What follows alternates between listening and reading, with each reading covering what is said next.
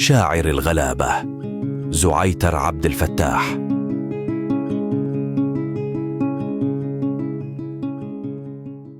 ما تنساش تشترك في قناة اليوتيوب، ولو بتشوفنا على الفيسبوك اعمل له متابعة، أو بتشوفنا على كواي أو برنامج تيك توك برضه اعمل له متابعة. بنتك في سن المراهقة لازم تصاحبيها، أي حاجة تحكيها لك اصغي ليها واسمعيها واحضنيها كتير قوي وافتحي قلبك ليها، واما تلاقيها محتاجة منك النصيحة انصحيها، اوعي تكسف يوم عليها أو بكلمة تجرحيها، احتويها. واما تفتح قلبها وفي يوم تقول لك سرها جربيها منك اكتر وبلاش تعذبيها، وزراعي فيها الثقة، كون الصديقة المخلصة ليها، وما تخليهاش تلجأ في يوم لحد غيرك والحد ده يلعب بيها.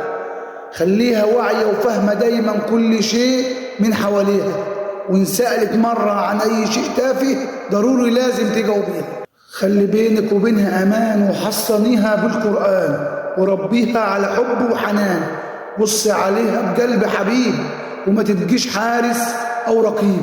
خليها دايما تحكي لك كل تفصيلة في حياتها وتخلي بالها من ذاتها، علميها المسؤولية واديها شيء من الحرية، وازرعي فيها الثقة بالنفس، خليها تطمن وتحس إنك دايما بتحبيها.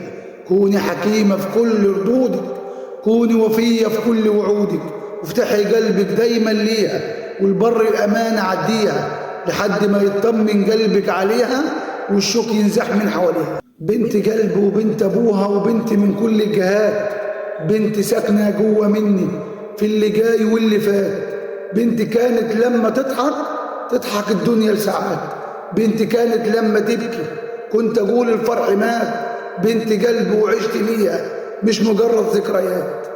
الله غالب.